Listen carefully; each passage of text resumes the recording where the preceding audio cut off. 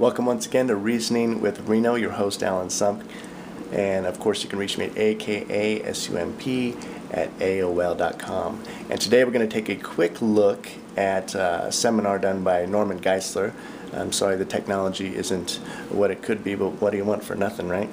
This is basically designed for someone who's coming to a new understanding of who Jesus is, who God is in truth, according to his scriptures. So, with no further ado, we're going to look at why we should know God.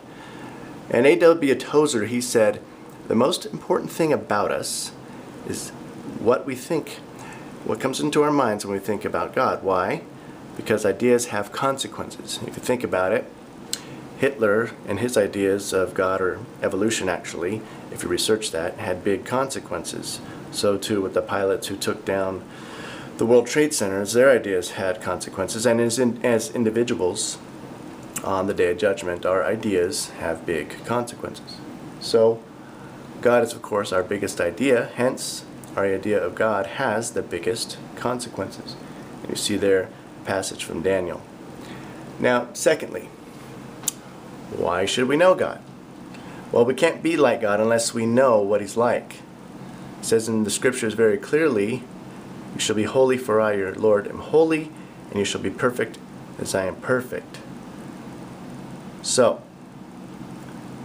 we cannot be like God, godlike rather, or godly, unless we know what God is like.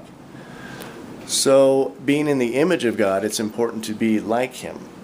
Not be God himself, of course, because we created creatures, but to be godly like him and reflecting his image, and to honoring him for who he is. So, the scripture also says very clearly, Jesus in John chapter 4, get it focused here, sorry.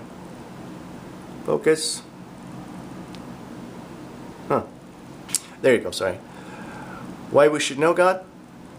Jesus said, God is spirit, and they who worship him must worship him in spirit and in truth.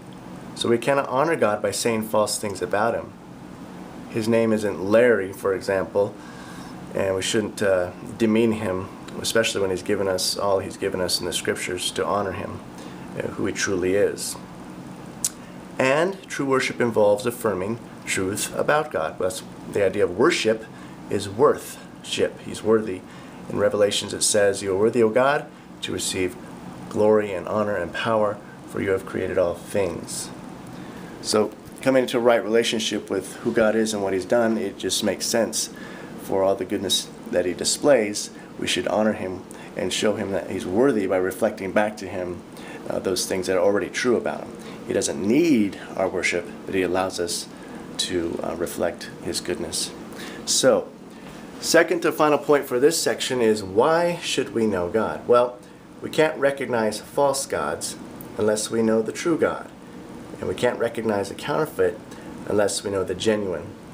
And we can't know what's not true unless we know what is true. It's just basic logic. So God, he is personal. He's not a force. He is infinite.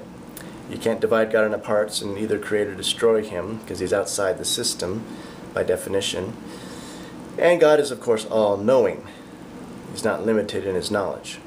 So as other posts I've done there, you can see that it's consistent that we do have evil in the world, because one of God's perfections is, of course, our free will.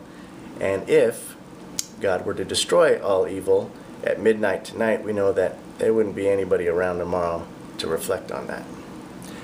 And finally, why should we know God? Well, idols are idols, whether they are mental or metal.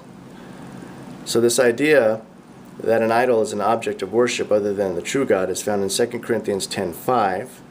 And the only way to avoid idolatry is to know and live out the truth about God.